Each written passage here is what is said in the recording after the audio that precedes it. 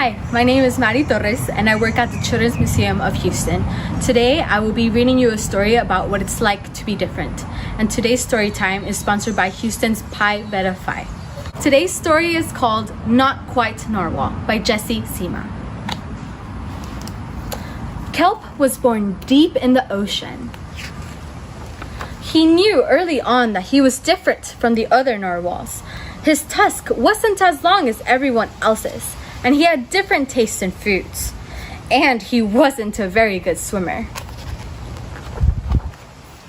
But his friends didn't seem to mind, so Kelp decided that he wouldn't either. That is, until one day he was swept away by a strong current. Oh, I wish I were a better swimmer. And Kelp found himself at the surface, closer to land than he had ever been before. High up on the cliff, he spotted a mysterious, sparkling creature. It looked so familiar. It looked just like Kelp.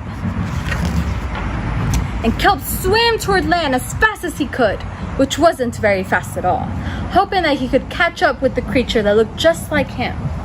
When he finally reached the shore, Kelp felt a little bit anxious. He had never left the ocean, and he was nervous about walking for the first time, but the land creatures made it look so easy.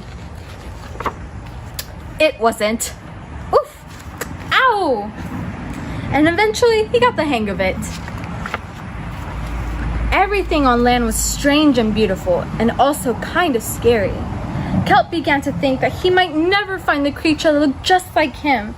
But as he stumbled out of the forest, land narwhals!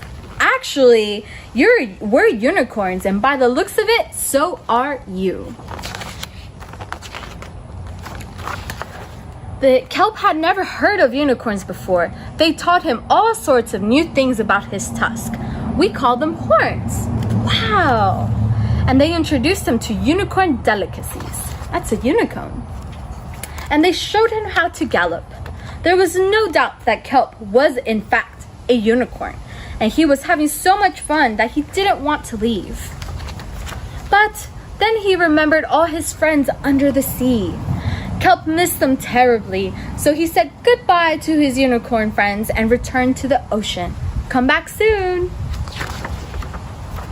Kelp swam home as fast as he could, which wasn't very fast at all, hoping that his narwhal friends would still like him now that he was a unicorn. When he finally arrived, Kelp had butterflies in his stomach. Welcome home, Kelp!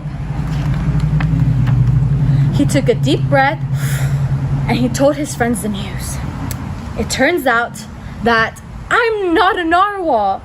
Of course you aren't. I'm a unicorn. Oh, we all knew that. They took it quite well. Kelp was happy to be home, but now that he had experienced life on land with the unicorns, he couldn't seem to forget them. Did he want to be a land narwhal with the unicorns? Or a sea unicorn with the narwhals? Kelp couldn't decide. But then he realized that maybe,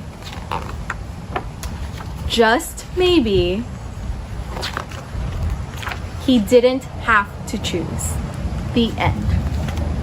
Thank you for joining me today for our virtual story time brought to you by the Children's Museum of Houston and Houston's Pi Beta Phi. We'll see you next time.